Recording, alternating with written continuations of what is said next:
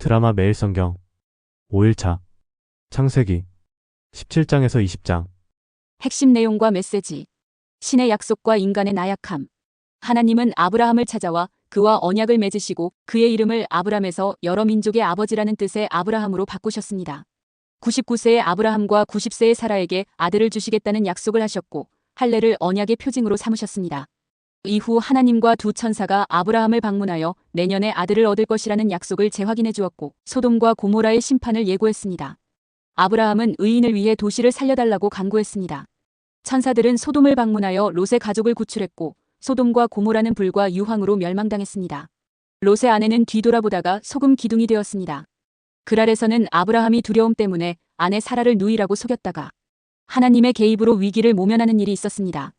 이 사건들은 신의 약속과 보호하심, 그리고 인간의 나약함을 동시에 보여줍니다. 17장 언약의 날, 인류의 시조 이야기. 99년의 세월이 아브람의 얼굴에 깊은 주름을 새겨놓은 그날, 전능하신 하나님이 그를 찾아오셨다. 메마른 대지 위에 갑자기 내려앉은 신성한 기운은 아브람의 온 몸을 전율케 했다. 나는 전능한 하나님이라. 너는 내 앞에서 행하여 완전하라. 그 음성은 천둥처럼 울리면서도 봄바람처럼 부드러웠다. 아브람은 즉시 땅에 엎드렸다. 그의 이마가 뜨거운 기운을 느끼는 순간 하나님의 약속이 그의 귓가에 울렸다. 보라, 내 언약이 너와 함께 있으니 너는 여러 민족의 아버지가 될지라. 이 말씀과 함께 아브람의 정체성은 완전히 바뀌었다. 더 이상 그는 높으신 아버지라는 뜻의 아브람이 아닌 많은 민족의 아버지라는 의미의 아브라함이 된 것이다. 내가 너로 심히 번성하게 하리라. 이 약속은 마른 땅에 내리는 단비와 같았다. 99세의 노인에게, 더군다나 아내가 불임인 상황에서 이런 약속은 믿기 힘든 것이었다. 하지만 하나님의 언약은 계속되었다. 가나안 땅을 영원한 기업으로 주시겠다는 약속, 그의 혈통에서 왕들이 나올 것이라는 예언이 이어졌다. 그러나 이 위대한 약속에는 조건이 따랐다. 할례라는 믿음의 표징이었다. 너희 중 남자는 다 할례를 받으라. 이것이 나와 너희와 너희 후손 사이에 지킬 내 언약이니라. 육체에 새겨지는 이 영원한 표식은 하나님과 아브라함 가문 사이에 돌이킬 수 없는 계약의 증표가 되었다. 더욱 놀라운 소식은 그의 아내에 관한 것이었다. 내 아내 사례는 이제 사라라 부르라. 이름의 변화는 그녀의 운명의 변화를 상징했다. 90세의 사라가 아들을 낳으리라는 예언에 아브라함은 속으로 웃을 수밖에 없었다. 100세 된 사람이 어찌 자식을 낳을까? 그의 마음속 의문은 당연한 것이었다. 아브라함은 이스마엘 하갈에게서 낳은 그의 아들을 위해 간청했다. 이스마엘이나 하나님 앞에 살기를 원하나이다. 그러나 하나님의 계획은 달랐다. 이스마엘도 큰 민족을 이루게 되리라는 약속을 받았지만 진정한 언약의 후계자는 아직 태어나지 않은 이삭이었다. 그날 아브라함은 하나님의 명령을 즉시 이행했다. 99세에 그가 먼저 할례를 받았고 13살의 이스마엘과 집안의 모든 남자들이 그를 따랐다. 살을 베는 고통 속에서 새로운 언약이 피로 써졌다. 이는 단순한 육체의 표식이 아닌 영적 정체성의 완전한 변화를 의미했다. 해가 저물어갈 무렵 하나님이 떠나신 자리에 아브라함은 홀로 남았다. 그의 몸에는 새로운 표식이, 그의 가슴에는 새로운 이름이, 그의 영혼에는 새로운 약속이 새겨져 있었다. 이 날은 한 노인의 삶이 완전히 바뀐 날이자 인류 역사의 새로운 장이 열린 날이었다. 18장 신의 방문. 뜨거운 햇살이 마무레의 상수리 나무들 사이로 쏟아지던 한낮, 아브라함은 장막 문 앞에서 잠시 휴식을 취하고 있었다. 건조한 바람이 그의 피부를 스치고 지나갈 때 문득 그의 시선이 멈춘 곳에 3명의 낯선 이들이 서 있었다. 그들의 모습에서는 범상치 않은 기운이 감돌았고 아브라함의 심장은 묘한 떨림을 느꼈다. 잠시 머물다 가십시오. 아브라함은 몸을 굽혀 공손히 청했다. 그의 목소리에는 간절함이 묻어났다. 이 뜨거운 날씨에 잠시라도 쉬어 가셔야 하지 않겠습니까? 제가 음식을 준비하겠습니다. 서둘러 장막으로 들어간 아브라함은 아내 사라에게 속삭였다. 고운 가루로 떡을 서둘러 만들어 주오. 그러고는 즉시 가축대가 있는 곳으로 달려가 가장 기름진 송아지를 골라 하인에게 맡겼다. 엉긴 젖과 우유, 갓 구운 떡과 함께 정성스레 구운 송아지 고기가 나무 그늘 아래 차려졌다. 식사를 마친 후 그들 중 한 명이 불현듯 물었다. 내 아내 사라는 어디 있느냐? 장막 안에서 이 모든 대화를 듣고 있던 사라의 귀가 쫑긋 세워졌다. 내년 이맘때 내 아내 사라에게 아들이 있으리라. 이 말을 들은 사라는 속으로 웃고 말았다. 나이가 많아 늙어 여성의 생리가 끊어진 자신에게 어찌 아이가 있을 수 있단 말인가. 그러나 여호와께서는 사라의 속삭임마저 들으셨다. 여호와께 능하지 못한 일이 있겠느냐? 이 말에 사라는 두려움에 휩싸였다. 자신이 웃었다는 사실을 부인하려 했지만 주님은 이미 알고 계셨다. 손님들이 소돔을 향해 떠나려 할 때 여호와께서는 아브라함에게 마음을 여셨다. 내가 하려는 일을 아브라함에게 숨기지 않으리라. 소돔과 고모라의 죄악이 하늘에 사무쳐 올라왔고 이제 심판의 때가 다가온 것이다. 아브라함의 마음이 무거워졌다. 그는 감히 여호와와 흥정을 시작했다. 의인 50명이 있다면 그들을 위해 그 성을 용서하시지 않겠습니까? 이는 단순한 흥정이 아닌 인류에 대한 아브라함의 연민과 사랑의 표현이었다. 50명이 있다면 용서하리라. 45명이라며? 45명이어도 용서하리라. 이렇게 아브라함은 끈질기게 매달렸다. 40명, 30명, 20명, 마침내 10명까지. 그의 간청에는 인류의 뿐만 아니라 조카 롯에 대한 걱정도 깃들어 있었다. 여호와는 아브라함의 중보기도를 끝까지 들어주셨다. 해가 저물어갈 무렵 여호와께서는 아브라함과의 대화를 마치고 떠나셨다. 아브라함은 깊은 생각에 잠긴 채 자신의 장막으로 돌아왔다. 그의 마음 한켠에는 여전히 소돔의 운명과 롯에 대한 걱정이 자리 잡고 있었다. 이 만남은 단순한 방문 이상의 의미를 지녔다. 그것은 신의 약속과 인간의 간구가 만나는 순간이었고 천상의 심판과 지상의 자비가 교차하는 지점이었다. 아브라함은 그날 밤 인류의 대표자로서 신과 대화를 나누었고 그의 중보기도는 후대에 전해질 위대한 유산이 되었다. 19장 소돔의 마지막 밤. 황혼이 물들어가는 소돔의 성문 앞, 롯은 평소처럼 자리를 잡고 앉아 있었다. 먼지 낀 도시의 공기가 그의 코를 스치고 지나갈 때 2명의 낯선 방문객이 그의 시야에 들어왔다.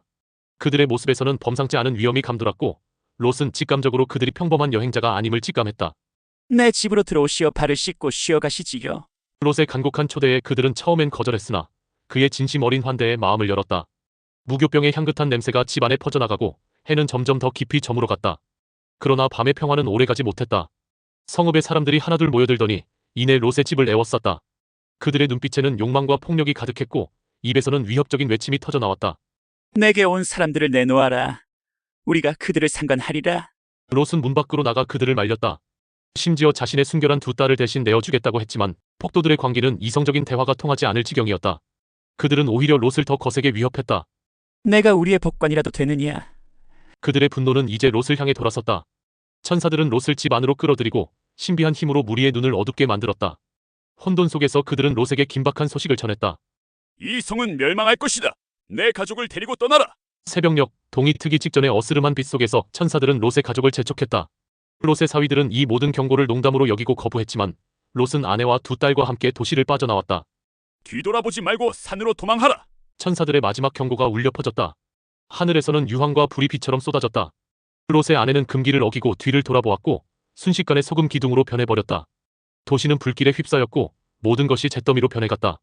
롯과 두 딸은 소알이라는 작은 성에 잠시 머물렀지만 그곳마저 두려워 결국 산속 동굴로 거처를 옮겼다. 그곳에서 그들은 인류의 가장 오래된 금기를 깨뜨리고 말았다. 두 딸은 아버지에게 술을 먹여 취하게 한 뒤 그와 동침하여 각각 아들을 낳았다. 이들이 후에 모압과 암몬 족속의 시조가 되었다. 멀리서 이 모든 광경을 지켜보던 아브라함의 눈에는 옹기가마의 연기처럼 치솟는 검은 연기만이 보였다. 소돔과 고모라의 멸망은 인간의 죄악에 대한 신의 심판이었지만 동시에 모압과 암몬이라는 새로운 저주스러운 민족의 탄생을 예고하는 서막이기도 했다. 이렇게 소돔은 역사 속으로 사라졌지만 인간의 욕망과 폭력 그리고 구원과 새로운 시작이라는 영원한 이야기는 계속되었다. 롯의 이야기는 인간 존재의 복잡성과 모순 그리고 그 속에서 피어나는 희망의 가능성을 보여주는 거울이 되었다. 20장 아내를 누이라 하다. 신앙인의 인간적 나약함에 관한 이야기. 메마른 네게브의 땅, 그랄 지역에 새로이 정착한 아브라함의 마음은 늘 불안했다. 하나님의 크신 약속을 받은 자였지만 그의 가슴 한켠에는 여전히 인간적인 두려움이 자리 잡고 있었다. 그래서일까? 그는 또다시 오래된 자신의 속임수를 꺼내들었다. 그녀는 내 누이입니다. 아내 사라를 자신의 누이라 속인 것은 이번이 처음이 아니었다. 이집트에서도 같은 거짓말을 했었다. 90이 넘은 나이에도 여전히 아름다움을 간직한 사라였기에 아브라함은 자신의 목숨을 부지하고자 이런 궁여지책을 택한 것이다. 그랄의 왕 아비멜렉은 사라의 아름다움에 매료되어 그녀를 자신의 후궁으로 데려갔다. 하지만 그날 밤 하나님께서 아비멜렉의 꿈에 나타나셨다. 네가 데려온 여인으로 인해 죽게 되리라. 그녀는 유부녀이니라. 하나님의 음성에 아비멜렉의 얼굴이 창백해졌다. 주여, 저는 순수한 마음으로 행했습니다. 그들이 서로를 남매라 했으니 제가 어찌 알았겠습니까? 아비멜렉의 항변에 하나님도 그의 결백을 인정하셨다. 그래서 내가 너를 막아 범죄치 않게 한 것이니라. 이제 그의 아내를 돌려보내라. 그는 선지자라. 이튿날 아침 아비멜렉은 서둘러 아브라함을 불렀다. 너는 어찌하여 우리에게 이런 큰 죄를 지을 뻔하게 했느냐? 그의 목소리에는 분노와 두려움이 뒤섞여 있었다. 아브라함의 대답은 의외로 솔직했다. 이곳에는 하나님을 경외함이 없어 내 목숨이 위태로울 것 같았습니다. 게다가 사라는 정말로 내 이복 누이이기도 합니다. 아비멜렉은 분노를 사기고 관용을 베풀었다. 그는 아브라함에게 양과 소와 종들을 주었고 사라에게는 은천 개로 보상했다. 내 땅에서 내가 원하는 곳 어디든 살아도 좋다. 그의 관용은 하나님을 두려워하는 마음에서 비롯된 것이었다. 아브라함은 아비멜렉을 위해 기도했고 하나님은 아비멜렉의 집안에 내리신 저주를 거두셨다. 닫혔던 태가 다시 열려 출산이 가능해졌다. 이 사건은 인간적 연약함을 지닌 신앙인의 모습과 그럼에도 불구하고 그를 지키시는 하나님의 신실하심을 동시에 보여주는 역설적인 이야기였다. 이 이야기는 위대한 신앙인이라 할지라도 때로는 두려움에 휩싸여 잘못된 선택을 할 수 있음을 보여준다. 하지만 더 중요한 것은 그런 인간적 나약함에도 불구하고 하나님께서는 자신의 약속을 지키시며 선지자를 보호하신다는 점이다. 인간의 불완전함과 하나님의 신실하심이 극명하게 대비되는 순간이었다. 크유엔드어 하나님께서 아브라함과 맺으신 언약의 핵심 내용은 무엇인가요? 하나님은 아브라함을 여러 민족의 아버지가 되게 하시겠다고 약속하셨으며 그의 후손들에게 가나안 땅을 영원한 기업으로 주시겠다고 하셨습니다. 이 언약의 표징으로 할례를 명하셨고 사라를 통해 약속의 자녀 이상을 주시겠다고 하셨습니다. 소돔과 고모라의 심판 과정에서 아브라함의 중보기도가 주는 교훈은 무엇인가요?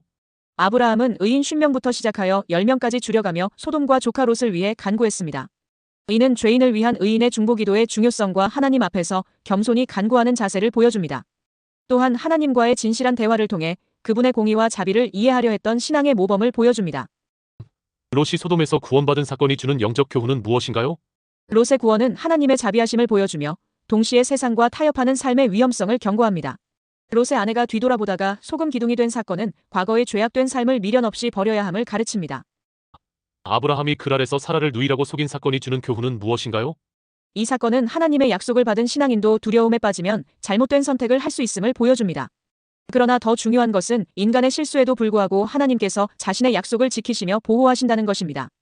이는 하나님의 신실하심과 인간의 연약함을 대조적으로 보여줍니다. 하나님께서 아브라함의 이름을 바꾸신 의미는 무엇인가요? 높은 아버지라는 뜻의 아브람에서 여러 민족의 아버지라는 뜻의 아브라함으로 이름을 바꾸신 것은 단순한 이름 변경이 아닌 그의 정체성과 사명의 변화를 의미합니다. 이는 하나님의 약속이 반드시 이루어질 것이라는 확신과 함께 그가 믿음의 조상으로서 새로운 사명을 부여받았음을 나타냅니다. 드라마 매일 성경 5일차